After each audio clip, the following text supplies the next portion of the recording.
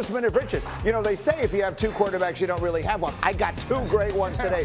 Orlovsky, Alex Smith is here. Louis Riddick is ready to roll. D. Wood is fired up. Let's do this. The battle of the quarterbacks last night in Buffalo. You couldn't ask for more drama than we got. It's Josh. It's Lamar. The snow was falling in Orchard Park. Dream scenario. Tied at 7, second quarter. The Ravens 2nd and 10. Lamar had already thrown a pick, and Dan, what does he do here? Trying to do too much. That's the one thing that was going to hold back this football team. It's a bad snap. You don't make a bad play worse.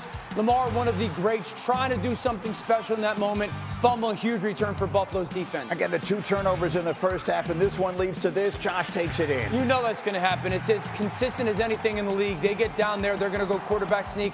Buffalo off to a hot start offensively. Big play late in the first half. Bills up 14-10. Allen for Keon Coleman. We got PI. Is this a good call? No, I think it stinks. Looked like offensive, Lewis. Yeah, it sure did. Look, he's pushing off. Tre'Davious is really, they said on the broadcast that should have been a no call. Either way, exactly what it should have been. And it wasn't. It's Josh Allen takes it in, calls his own number. He's got 2 scores. Bills up 21-10 at halftime. Now, third quarter belongs to the Ravens and the physicality and the man they call the king, Derrick Henry. Well, they got going with what they want to do is get Derrick Henry's shoulders squared to line of scrimmage and downhill. 21-19. Do you go for the 2 right now, Alex? I like this decision. Obviously, it would come up to bite him, later in the game. But I liked it here. I thought you had to go for it. Had him open. Can't get the ball tipped. Knocks the ball down, and so it stays 21-19. Remember the point. They leave on the field. 9 minutes to go in the fourth. It's a 5-point game. Here's the biggest play of the night. Mark Andrews, Dan, over the middle. And you can see Mark trying to, in that moment, go get more yards. You hear it all the time. Catch it, get north and south. Mark does a really good job of trying to sense space, and Terrell Bernard with the Peanut Tillman punch out with the right hand. Huge play in the game. First time Mark Andrews had fumbled since 2019. But the Josh Allen on a third down, they go That's for a sneaky, huge play right there. It's an enormous play. So the Bills kick a field goal, 27-19. Here you go, Lamar Jackson, a 1-score game, his chance, 2 minutes and change, and he was brilliant on this drive. Every time he got out to his right, he made a big play. Last night, he gets out to the right, finds Tylan Wallace. Ball comes out late at the end, and you're like, okay, here goes Lamar on another vintage end-of-game Lamar drive. All day in the pocket, finds Mark Andrews separating. There was nothing Buffalo could do defensively in this moment. They almost scored too fast, candidly, here from the 24-yard line. Again, he's got all day, and look at the zip on the throw to Isaiah Likely. A really good job by Likely finding space, too. You get separating from a defender. Lamar is going to buy as much time, and then the critical moment. So here we go. The season on the line and the 2-point conversion. It's tough to watch. It's tough to watch. Mark Andrews, such a great player for so long for this team, so dependable and sure-handed. Such an important piece of what they've accomplished. But that one falls away, and so now it comes down to this. On the foot of Justin Tucker, do they get the crazy bounce on the hard field? The answer is no. And that is all she wrote. Somehow, the Bills find a way. Josh Allen going on. Lamar Jackson to a long offseason. All year, this team has heard, we got no talent. We're too small. We can't stop the run. We're not good enough to compete. We've just put our head down and worked hard. I'm so proud of our defense. I'm so proud of our offense and special teams. What a complete win. Every time we're in situations like this, turnovers play a factor. Penalties play a factor.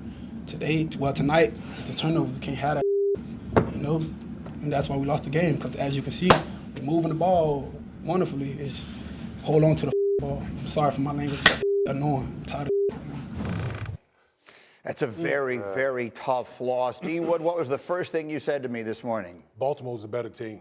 Baltimore was the better team in this game. And, the one thing we talk about at this time of year, you got to be able to make the game-winning plays when it counts. And when you watch that game, anyone watching that game, Lamar Jackson doing too much, fumbles the ball, okay? The interception, okay? Mark Andrews, the fumble.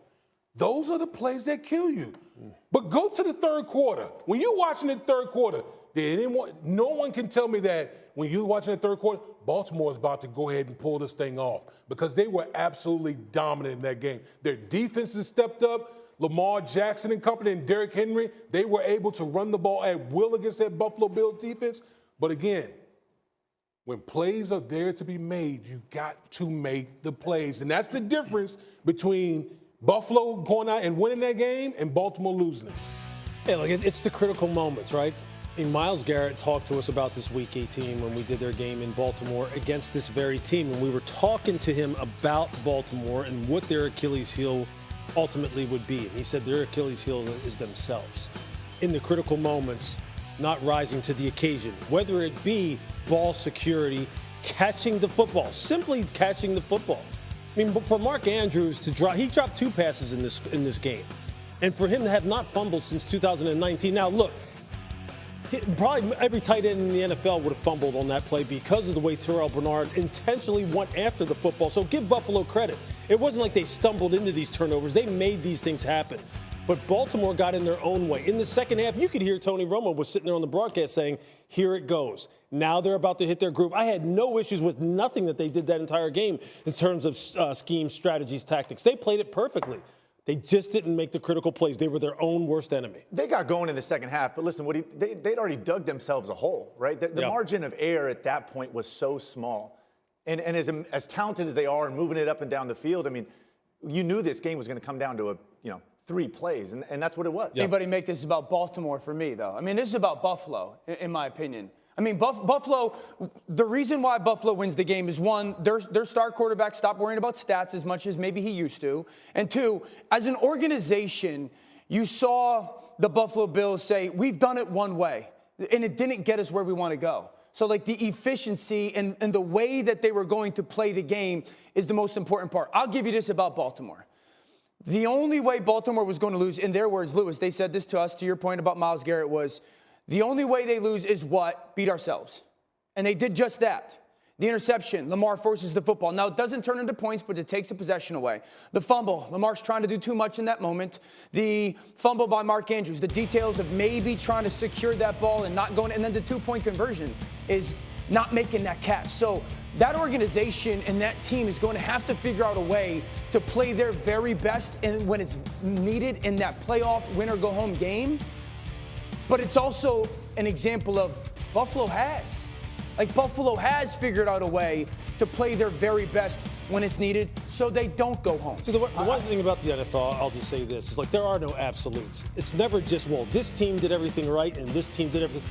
There was a lot of give and take in this football game. Of course, look, Baltimore had their biggest deficit at halftime that they've had all season long. So, right, they dug themselves a hole. And I'm not taking anything away from Buffalo. I'm not making it about Baltimore. Buffalo intentionally tackled the football, punched the ball out. They had 3 rushing touchdowns in the first half. Josh, you know what? Joe Brady called a perfect game. Correct. Philosophically, that's how they have this is what they have morphed into being because of these kinds of moments. Baltimore, though, make no mistake about it.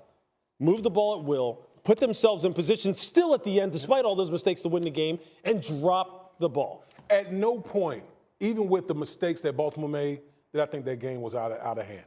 No. Because of the way Baltimore was still playing that game. I felt like watching that game, Baltimore's going to find a way to win this game because they looked like they were the better team.